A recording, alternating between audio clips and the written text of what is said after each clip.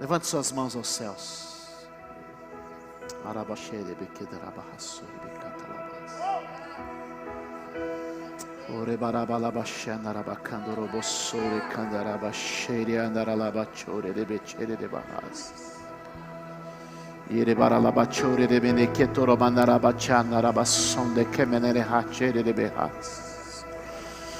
Choria la manashere beketora balabahasiri bikandara la bachoria nere bahachere de bekandara la bahas.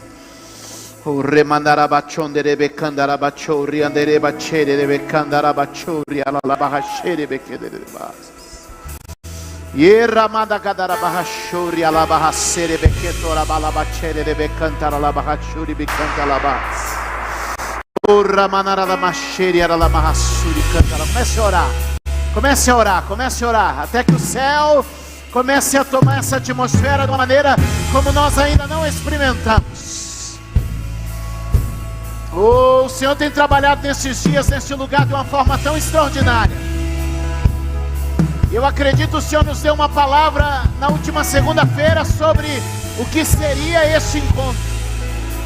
E como o Senhor estaria despertando um avivamento no meio de uma geração. E eu creio que hoje aqui o Senhor vai levantar gente debaixo de sinais e de experiências tremendas com o Espírito Santo. E você vai começar a sentir aí agora no teu corpo, na tua mente, no teu coração, da tua carne tremer, porque a glória de Deus.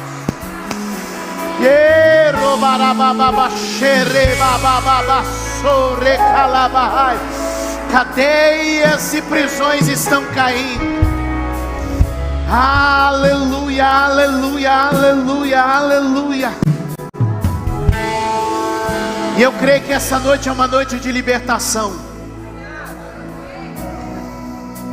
A gente saiu daqui bem tarde ontem, mas eu acordei bem cedo hoje. Eu fui orar na sala e comecei a orar e buscar a palavra de Deus. E Deus começou a falar comigo sobre mentiras que entram na mente das pessoas, que vão penetrando na mente das pessoas. E Deus falou: será uma noite de libertação. Aí o pessoal começou a acordar lá em casa, e foi acordando um, acordando o outro. Eu já tinha ajeitado o café para todo mundo. E por fim levantou a Mariana. Aí a Mariana falou assim: eu tive um sonho essa noite. Mariana é a minha caçula, todo mundo conhece aí. Tá aí a Mari? Deve estar por aí. E a Mariana falou: pai, tive um sonho. Eu estava trabalhando na libertação. E pai, era como que uma coisa, como se fossem uns palitos que entravam na cabeça das pessoas. E aí Deus estava me usando e eu estava tirando esses palitos que estavam entrando. E ela começou a me contar essa história. E aí eu fiquei sentado. Aí ela começou a conversar com a Ana e com o Luiz. Eu fiquei sentado, por quê? Porque era a visão que Deus tinha me dado de manhã. Deixa eu te falar, eu tenho certeza que hoje nenhuma mentira do diabo vai prevalecer na sua vida. Nenhuma mentira de Satanás vai permanecer na sua casa. Nenhuma mentira de Satanás vai permanecer em você. Nenhuma mentira de Satanás vai permanecer nesse ambiente. Nós estamos declarando agora em nome de Jesus que nenhuma mentira, de engano, obra maligna vai permanecer no meio da igreja. Na autoridade do nome de Jesus, hoje aqui o Senhor está tirando a seta que entrou, a seta da mentira, a seta do engano, a seta da distorção. O Senhor está tirando agora. Um novo pensamento vai tomar conta, uma nova mentalidade ordenada pelo Espírito. Oh, aleluia, aleluia, aleluia. E na noite anterior, e a gente sabe que Deus estava construindo as coisas. Na noite anterior, o meu tio me mandou uma mensagem dizendo assim: Deus me acordou às 3 da manhã para orar pela sua família, e em especial a Mariana. E aí passa uma noite, Deus confirma. O que eu estou te dizendo aqui hoje? Nós estamos vivendo uma sequência de ações proféticas de Deus, que vai desembocar hoje neste ambiente. Portanto, se você está limitado, fechado, que você possa se abrir agora para a glória do nome de Jesus. Quem crê nisso, diga amém. Eu sei que tem muito para Deus mover aqui hoje. Queria que você sentasse um minutinho. Chegou, varão. Glória a Deus. Lucas vai ficar aqui comigo com a banda. Daqui a pouco a gente vai mover alguma coisa aqui. Eu sei que o clima não está normal. Gênesis capítulo de número 3, verso de número 4.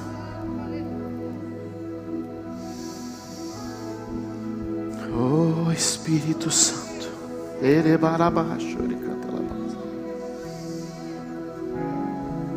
Gênesis capítulo 3, verso de número 4 e 5. Disse a serpente à mulher: certamente não morrerão. Deus sabe que no dia em que dele comerem, seus olhos se abrirão, e vocês serão como Deus, conhecedores do bem e do mal. Diga comigo: a voz da serpente não me dominará, nem me enganará. Você conhece bem esse texto. Você já viu muito sobre esse texto. É o momento em que a serpente se aproxima de Eva e começa um diálogo com ela. E se você olhar com bastante cuidado nesse texto, você vai encontrar 3 mentiras do diabo. A primeira mentira é com respeito à vida. A segunda mentira é com respeito a ela própria. E a terceira mentira é com respeito a Deus. O pai da mentira parte dessas 3 mentiras para criar outras mentiras. É mais ou menos como as cores primárias, né? Você tem as cores primárias e a partir daquelas cores você cria uma infinidade de outras cores na combinação delas.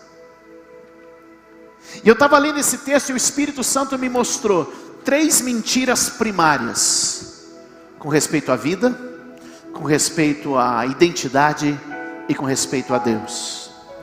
Com respeito a Deus, com respeito a você, com respeito à sua vida. E isso vale hoje para nós abrirmos nossos olhos, porque a partir da combinação dessas mentiras, o diabo cria uma série de outras mentiras. E não pense que a voz dele está calada, a voz dele continua atuando. Tanto é que o apóstolo Paulo vai escrever lá para os Coríntios, em 2 Coríntios 11:3, ele vai relatar um temor, ele vai relatar uma insegurança. 2 Coríntios 11:3, põe para mim. Ele vai relatar uma insegurança. Olha aqui o texto, põe aí. Olha o que ele diz: o que receio e quero evitar é que, assim como a serpente enganou a Eva com astúcia, a mente de vocês, o quê? A mente de vocês seja corrompida e se desvie da sua sincera e pura devoção a Cristo. O que Paulo está dizendo depois lá do Novo Testamento? Na era que nós vivemos, debaixo da nova aliança que nós partilhamos, ele diz o seguinte: da mesma maneira como o diabo usou aquelas 3 mentiras primárias, ele pode talvez tentar contra a sua mente, contra os seus pensamentos. E é por isso que a gente está vendo tanta gente se perder em seus pensamentos, porque o diabo, por suas setas, começa a desconstruir a sua sincera devoção a Cristo. Mas eu vim hoje aqui com uma voz de libertação nesta casa, te dizer: o Senhor te liberta pela verdade. Levante a mão e diga: o conhecimento da verdade liberta. Levante a mão e diga: o conhecimento da verdade liberta. O diabo talvez está trabalhando na sua mente com respeito à sua vida. Qual foi a mentira para Eva? Qual foi a mentira com respeito à vida de Eva? A primeira mentira, essa mentira com respeito à vida é: sua vida não é completa. Como se Deus tivesse feito algo imperfeito ou incompleto. Qual que é a ideia? Qual que é a mentira? Eva, sua vida não está completa, falta algo. Falta alguma coisa. Você ainda não está pronta, você ainda não está perfeita, você vive uma vida limitada, quando Eva tinha recebido uma vida abundante da parte de Deus. Deixa eu lhe dizer uma palavra: pare de ser cativo desta mentira. Sua vida é uma obra da criação de Deus. Quem lhe deu a vida foi Deus, e essa insatisfação é uma mentira do diabo. Levante a mão e diga: espírito de insatisfação, eu te rejeito da minha vida nesta noite. É uma mentira sobre a vida. Eva, sua vida está incompleta, sua vida está faltando. Quando a serpente cria uma insatisfação, ela abre caminho para várias posturas destrutivas. Quando você se torna uma pessoa insatisfeita com a vida, você começa a ter murmuração, você começa a ter comparação. Quando você é uma pessoa insatisfeita com a vida, você começa a olhar para a vida do outro e não mais para a sua vida, e aí você começa a ser orientado pela falta. Vire para alguém e diga: não seja, diga forte, não seja orientado pela falta.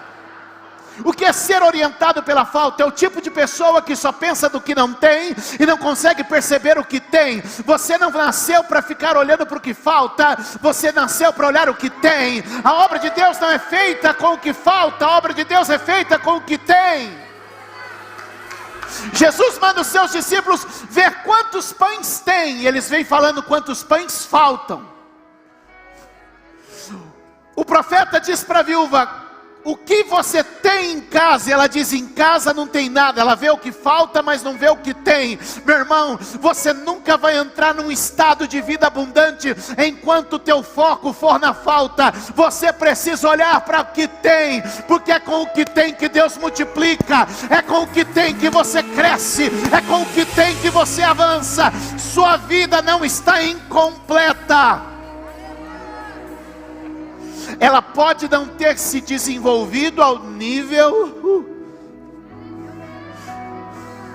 ela pode não ter se desenvolvido ao nível que Deus planejou, mas completa ela é. Você não pode ter uma vida incompleta, porque Deus não faz nada incompleto. Você não pode ter uma vida medíocre, porque Deus não faz obra medíocre. A obra de Deus é extraordinária, a obra de Deus é plena, a obra de Deus é excelente, e você, sua vida é essa obra de Deus.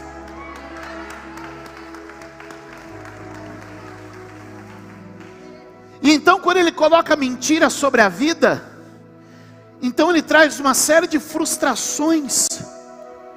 E é a partir da mentira da vida incompleta que tem muita gente desistido de viver. É a partir da mentira de uma vida incompleta que muita gente não se encontra mais. Pegou?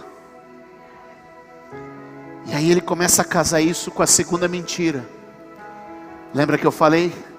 3 mentiras básicas para criar todas as outras. A primeira é: Eva, sua vida não é sua vida não é completa, sua vida tem falta. E a segunda já emenda: Eva, você não é tudo que você podia ser. Aí ela olha para a vida e diz: não tenho. Ela olha para ela e diz: não sou. E aí, quando você casa o não tenho e o não sou, o que te sobra? Por que a gente tem tanta gente depressiva, suicida, se afundando na droga, na bebida, procurando se realizar? E aí ele tenta fazer de tudo, porque ele tenta se completar. Ele tenta se completar, ele tenta ter uma vida que o completa. Porque ele olha para ele e fala assim: não tenho e não sou.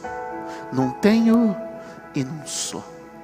E quando essas duas coisas vão se misturando, então a pessoa faz de tudo para ter, e quanto mais tem, menos realizada ela é. Então ela faz tudo para ser, e quanto mais ela tenta ser, menos ela sabe quem é. O grande problema das pessoas é que elas perderam sua identidade. Então elas tentam se transformar fisicamente, elas tentam se transformar no seu vestuário, elas tentam ir se mudando, porque elas estão cheias de mentira. Eu nem tenho e nem sou. E o que eu vim te dizer é que você tem porque teu pai tem, e você é porque ele é. É da natureza de Deus partir do ponto do ser. Vou repetir para você. É da natureza de Deus partir do ponto do ser. Quando Deus vai se apresentar a Moisés, e Moisés não tem noção de quem é Deus. Então Deus não diz: Moisés, eu faço o mar abrir. Moisés, eu posso enviar pragas lá no Egito. E ele pergunta: quem é o Senhor? Porque toda divindade no panteísmo do mundo, ela é relacionada ao fazer, não é? A idolatria, ela associa ao fazer. Sim ou não? É sempre uma divindade que faz alguma coisa. Então eu sou um longuinho, que se me ajudar a achar o que eu perdi, eu dou. Ou seja, toda idolatria, ela é associada ao fazer. Então é o seguinte, olha, é o Deus da chuva, Deus das colheitas, Baal. É o Deus da fertilidade. É o Deus da vitória. É o Deus do dinheiro. E aí a gente vai tendo o quê? Olha no Brasil. Ah, você está com um problema de casamento, não consigo casar. Ó, tem uma entidade que é o Santo Antônio. Se você seguir o Santo Antônio, ele é casamenteiro. Não é isso? Ah, você dirige caminhão. Ah, tem aquele que é o padroeiro do caminhoneiro. Ou seja, toda idolatria cria uma entidade para ser adorada por meio daquilo que faz. E Moisés, criado na corte do Egito, nos palácios do Egito, tinha esse modelo de mentalidade. Qual é o Deus que faz? E antes que algum católico fique bravo comigo, antes que algum outro tipo de religião fique bravo comigo, a igreja evangélica não foge muito não. A gente tem a segunda-feira dos empresários, a gente tem a terça-feira do descarrego, a gente tem a quarta do Espírito Santo, a gente tem a quinta da vida amorosa, a gente tem a sexta da libertação, a gente tem o sábado não sei do que, e a gente tem o domingo não sei de onde. Porque a gente vai associando Deus com o fazer. A gente vai tentando criar uma imagem de um Deus que é o fazer. E o que ele diz? Ele diz assim: Moisés, você conhece deuses que afirmam o que fazem, mas quando você for me apresentar, apenas diga que eu sou. Apenas diga que eu sou. Apenas diga que eu sou. Agora, qual é o problema disso? Eu e você somos criados à imagem e semelhança de Deus. Então tudo que diz respeito à nossa identidade precisa ser olhado para Ele. Irmãos, Ele é, nós somos. E a mentira da serpente para Eva é: você não é. Você não é. Você não é. Aí olha para Eva: eu não tenho, eu não sou, eu não tenho, eu não sou. E eu lhe pergunto, mudou alguma coisa nesses milênios? São as pessoas olhando para o espelho e dizendo: eu não tenho, eu não sou, eu não tenho, eu não sou, me falta, uma vida completa, eu não me sinto preenchido, eu não me sinto preenchida, eu não sei quem sou. Ai, quem sabe se agora eu fizer isso, ou se eu fizer aquilo, ou se eu agir assim, quem sabe minha vida vai se completar. E então algumas pessoas começam a entrar numa mentira, porque quando você não sabe o que Deus te deu, e nem sabe como Deus te fez, o que você vai perder é a referência de quem Ele é. Porque na vida que Ele te deu, e na pessoa que Ele te criou, que Ele se revela. E então vem a terceira mentira, que emenda com essas duas. Se eu não me reconheço na vida que tenho, se eu não me entendo como uma pessoa que seja alguma coisa, quem é este Deus que me pôs no mundo então? E aí a terceira mentira, qual é? É uma mentira sobre Deus. Deus não é tão bom assim, Deus não é tão amigo assim, Deus não é tão maravilhoso assim.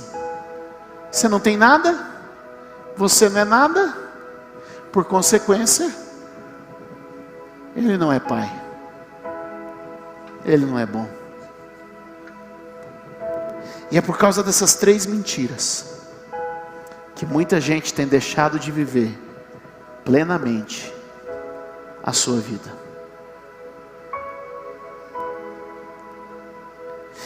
E é curioso como esse engano da serpente consegue ir apagando da mente das pessoas a experiência que elas próprias tiveram. E eu poderia citar um número tão grande de pessoas que foram permitindo que ao longo do tempo o diabo, a serpente, com as mentiras, começasse a desconstruir a experiência que ele próprio teve, ou que ela própria teve com o Senhor. Qual era a experiência de Eva? Qual é a experiência de Eva? Gênesis 26, perdão. E disse Deus: façamos o homem à nossa imagem, conforme a nossa semelhança, domine sobre os peixes do mar, sobre as aves do céu, sobre o gado, sobre toda a terra, sobre todo o réptil que se move sobre a terra. E criou Deus o homem à imagem e semelhança, Deus o criou, homem e mulher os criou. 28. E Deus os abençoou, e Deus lhes disse: frutificai, multiplicai-vos, enchei a terra, sujeitai, dominai sobre os peixes do mar, e sobre as aves do céu, e sobre todo animal que se move sobre a terra. E disse: eis que vos tenho dado toda a erva que dê semente, que está sobre a face de toda a terra, e toda a árvore em que há fruto, que dê semente, e ser-vos-á para mantimento. Você foi criado numa referência perfeita, olhando para Deus. Você foi criado, meu amado, em uma posição privilegiada, pois o Senhor te elevou. Você foi criado, aleluia, com afirmações de bênção sobre ti. Deus, ao te criar, Deus declarou palavras de bênção. Você tem que entender, é que Deus não te criou do pó da terra. Diga: Deus não me criou do pó da terra. Como não? Não. Deus te formou do pó da terra. Ele te criou a partir do Espírito dele. Deus é Espírito. Deus é. O que você vê como corpo extraído do pó é simplesmente o receptáculo do que Deus depositou. Você não é o corpo, você é o Espírito.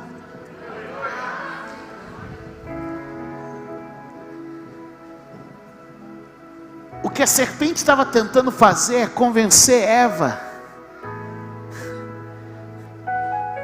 do contrário do que ela já era. Jesus mesmo disse assim, ó: o espírito é pronto, a carne é? O espírito é pronto, a carne é? O diabo trouxe ela para a carne.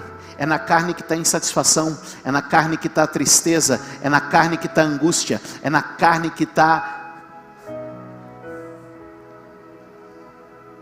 É na carne. E qual é o segredo para que a gente pare de viver essa vida incompleta, sem identidade e distorcida com relação a Deus? Para de viver na carne e começa a andar no Espírito.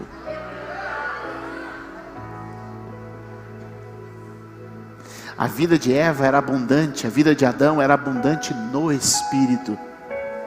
O diabo quer te atrair para um ambiente que não é o seu. A carne, meu amado, não pode continuar te governando. Porque quando a serpente te atrai para o governo da carne, lá ela te vence, porque é o território dela. Hoje o Espírito Santo te trouxe aqui para libertar você de todo o cativeiro da carne, onde o diabo tem prevalência, e te colocar num ambiente do Espírito, onde sobre ti não há mais condenação. Na força do teu braço, na habilidade da vossa pessoa, você não vence. Você só pode vencer por obra do Espírito. Diga comigo: a carne é fraca, mas o Espírito está pronto. De novo: a carne é fraca, mas o Espírito está pronto. O Espírito está pronto para resistir, o Espírito está pronto para se manter, o Espírito está pronto para se mover. E nesta noite o que eu quero crer é que o céu está se abrindo, e nós vamos ter um mover do Espírito Santo, para levantar uma geração guiada e conduzida pelo poder da presença do Espírito Santo.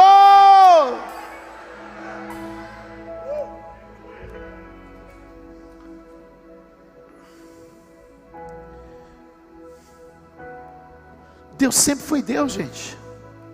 E era Deus antes da gente. E por mais que a humanidade tente negar, distorcer ou ocultar a pessoa de Deus, é impossível negar que Ele é Deus. E que Ele preparou para nós uma vida abundante. E essa vida abundante, ela só pode ser vivida no Espírito. E eu queria que você agora começasse a dar lugar para esse ambiente ser cheio do Espírito Santo de Deus, porque eu sei que há um derramar de Deus para acontecer nessa noite, e há uma operação das maravilhas de Deus agora aqui neste lugar. Você não vai vencer na força do teu raciocínio, nem vai andar no poder da tua inteligência, nem na tua força de vontade, mas é na obra sobrenatural do Espírito Santo dominando você. Eu não vou te ensinar 3 passos, eu não vou te dar 5 princípios para que você viva uma vida plena. Eu só posso te dizer que vida plena só cheio do Espírito Santo.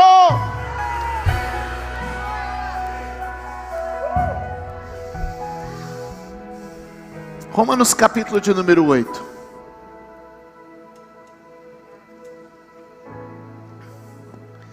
Romanos 8 talvez seja o ápice da revelação das Escrituras. Quem entende isso? Quando a gente lê João 10:10, quem está comigo? Tem algo de Deus chegando aqui.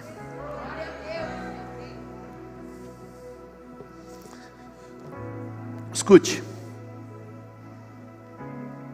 Quando a gente lê João 10:10, que diz: o ladrão veio matar, roubar e destruir. Aí Jesus diz: mas eu vim para que vocês tenham vida e a tenham com abundância. Diga comigo: vida com abundância. Aí você pergunta para mim: o que é uma vida com abundância de verdade? Romanos capítulo de número 8.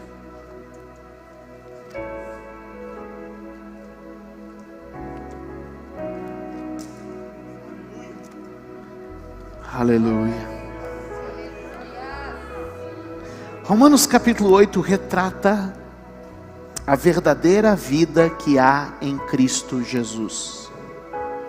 A verdadeira vida que há em Cristo Jesus. E o capítulo 8, ele concentra um assunto único: vida em Cristo. E aí você pergunta, qual é a chave para a vida em Cristo? Ele cita no capítulo 8, 19 vezes o Espírito Santo. Quantas vezes? Ele cita no capítulo 8, 19 vezes o Espírito Santo.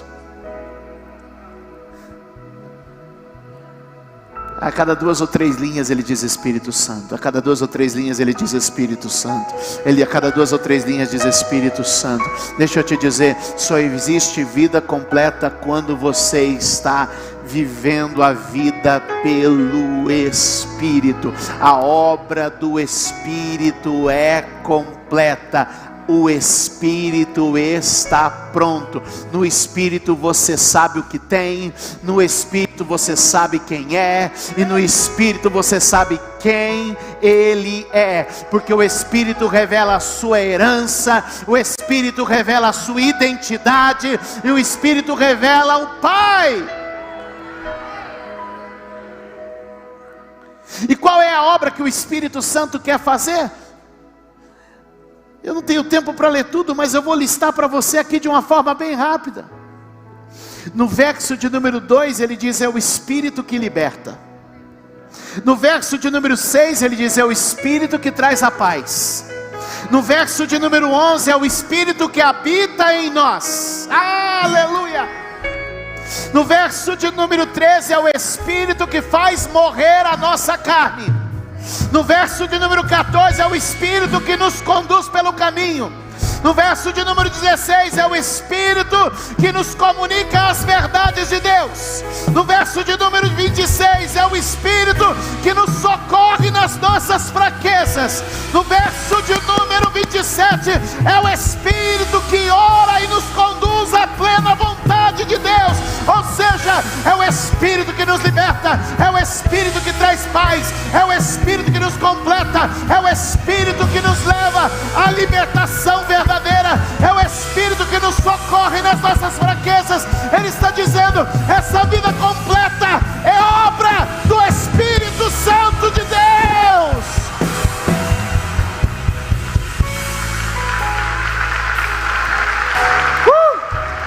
Fique de pé. Levante as mãos bem alto e diz, é o Espírito que liberta. A primeira coisa que ele diz é, eu amo isso porque está escrito assim, o Espírito de vida me libertou. Aleluia, levante a sua mão e diga, o Espírito de vida me libertou. Aí lá no verso de número 6 ele vai completar, ele vai dizer assim, ó, a mentalidade do Espírito é vida e paz. Aí lá no verso de número 11 ele vai dizer assim, aleluia, o Espírito que habita em nós. Ainda no verso de número 11 ele diz, ó, diz lá assim, ó, eu amo isso aqui, ó, também dará vida aos seus corpos mortais por meio do seu Espírito que habita em nós. Ou seja, o Espírito dá vida ao corpo. Quer dizer o quê? O Espírito dá vida ao corpo. Ele cura, Ele restaura, Ele traz saúde. Ele diz, o mesmo Espírito, verso 11, ó, o mesmo Espírito que entrou na tumba, e levantou Jesus dos mortos, é o mesmo Espírito que traz vida ao nosso corpo. Sabe o rim que estava parando? O Senhor trouxe vida. Sabe o pulmão que foi acometido? O Senhor traz vida. Sabe o coração que estava adoecido? O Senhor traz vida. Por quê? Porque o Espírito que habita em nós gera vida ao nosso corpo. Significa que Ele está curando neste lugar por sua presença. Significa que Ele está libertando neste lugar por sua presença. Ele diz: é o Espírito que habita em nós. Diga: o Espírito que habita em nós liberta, cura e restaura. Declare comigo: este Espírito está fazendo uma obra completa na minha vida.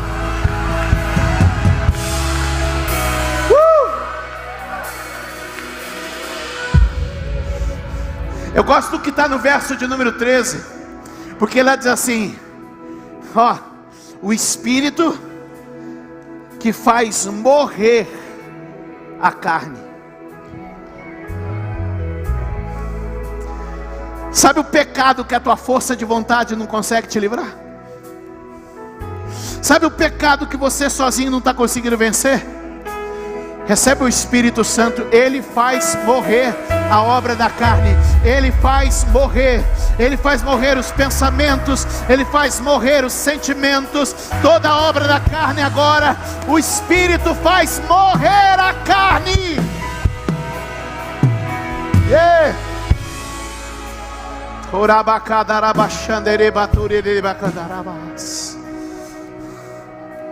Olha isso aqui. O próprio Espírito testemunha ao nosso espírito que somos filhos de Deus. Verso 16.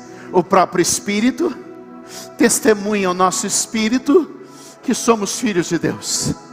Então, quando a serpente vier e querer corromper a sua mente e dizer: você não é, você diz: não, o Espírito já me disse quem eu sou. Levante a sua mão e diga: o Espírito já me disse quem eu sou. Irmão, não é obra de força humana, é obra do Espírito de Deus. Não é obra da habilidade do homem. Isso é a graça de Deus sobre nós. É o seu Espírito derramado plenamente em nós, que afirma quem somos. Eu gosto desse aqui, o verso, eu gosto de todos, né? Você já percebeu? 26. Da mesma forma, o Espírito nos ajuda em nossas fraquezas. Diga: o Espírito me socorre na necessidade, no problema, na tribulação. Diga: o Espírito já veio em meu socorro.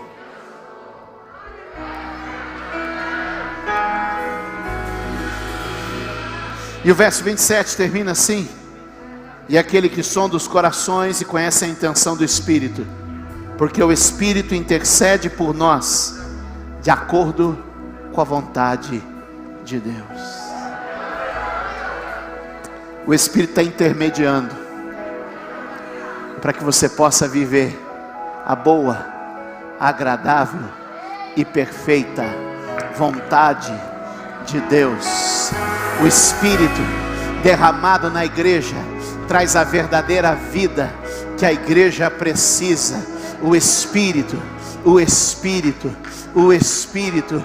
E esta noite será uma noite de experiências com o Espírito Santo. Quantos podem levantar as mãos neste lugar? E eu oro: Deus Pai de amor todo-poderoso, a tua palavra diz que o Senhor dará o Espírito Santo àqueles que lhe pedirem.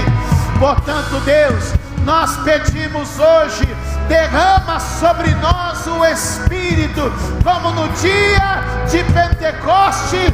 Vem derramar, vem derramar, vem derramar, vem derramar, vem derramar.